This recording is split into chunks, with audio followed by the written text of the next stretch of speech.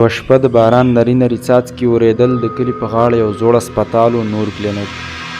یو وخت به پکې د خلکو علاج کېدو، خو اوس خلکو ویل چې هلته یوازې یادونه نه بلکې پیران اوسېږي.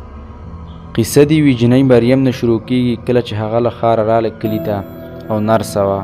خلکو ورته وویل چې د شپې نور کلینیک ته مه ځه، خو مریم وخندل او ویل زه یوه نرسه یم، زه د پیرانو نه د مریضانو نه یریږم.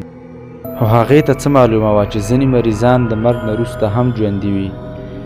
یوه شپه هغې ته ټلیفون راغی او په ټلیفون کې ورته وویل چې زر راشه، په نور کلینیک کې د یو مریض حالات ډېر خراب دي. خو مریم حیرانه شوه او وویل هغه خو بند دی، او ټلیفون بند شو.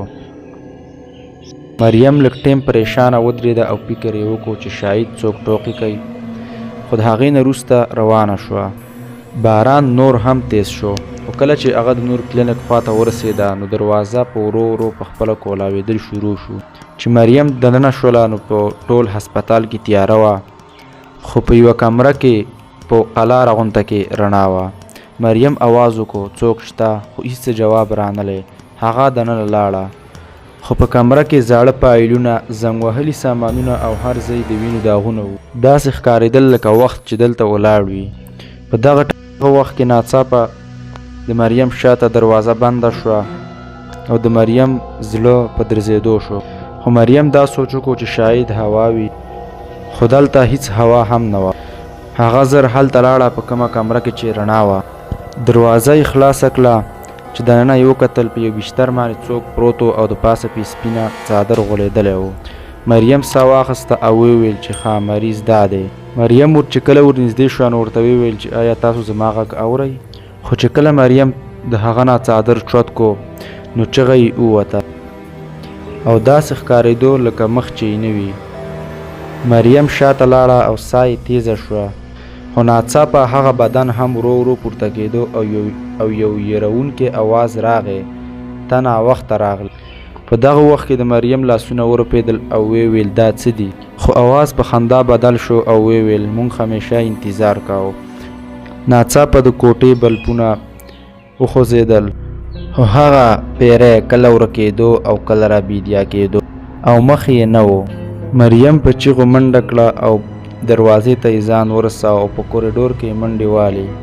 خو له هغې خوا اوازونه راتلل چې دلته راشه موږ یوازې یو. خو مریم ته ناڅاپه یوه دروازه کولاو شوه، هغه دننه ننوتله. خو هغه چې کله دننه شوله نو هغه یو زوړ ریکارډ روم و، المارۍ وې، فایلونه و. مریم دروازه بنده کړه او ساه برابر کړه.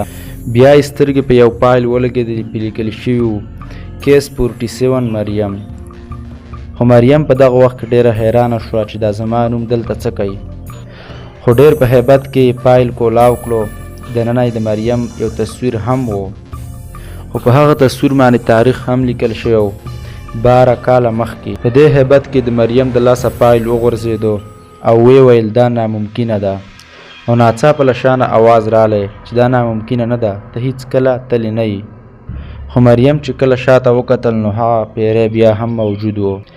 په لاس کې شیشه وه، شیشه یې د مریم مخ ته ونیوله او مریم ته یې وویل وګوره. مریم وکتل او چیغه یې ووهله. په دې شیشه کې هغه خپل تصویر ګوري او خوا و شا یې ډاکټران ولاړو چې ډاکټرانو ویل دا موږ نشو بچ کولی. او مریم په هیبت کې وویل آیا زه مړه شوی یم؟ اواز راغی 12 کاله مخکې ته مړه شوی یې. ته دلته د یوې حادثې وروسته راوړل شوی او په همدې بستر کې تا خپله وروستۍ ساه واخیسته. د مریم اوښکې روانې شوې. نو زه ولې دلته یم؟ بیا هغه اواز رالی ځکه ته هېڅکله تللی نه یې او ته هره شپه بیرته راځې.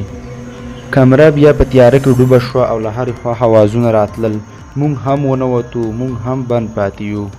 خو مریم چغې کړې او ویل ما پرېږدئ. خو په دې وخت کې ناڅاپه هر څه خاموش شو او دروازه ورو ورو کولاو شوه. چې مریم راویښه شوه، بار یې وکتل نو رڼا وه.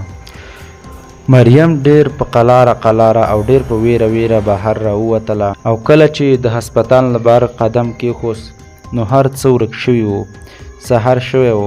کلینیک بیا هم هغسې وران او خاموش و. دروازه بنده، زنګ وهلې وه. مریم بهر ولاړه وه، ساه یې اخیسته. هغې شاته وکتل او ورو یې وخندل. او وی ویل زه بچ شوم. خو کله چې مخکې لاړه او شاته یې وکتل نو سوری یې نه و. هغه په ځای ودرېده او زړه یې په درزېدو شو. بیا په دغه ټیم له شانه اواز راغی بالکل نږدې، ته هیڅ کله نشې تللی. له هغه نه وروسته مریم بیا غیب شوه او خلکو ویل چې موږ د مریم یوه نشاني هم پیدا نه کړه او د مریم هیڅ پته ونه لګېده.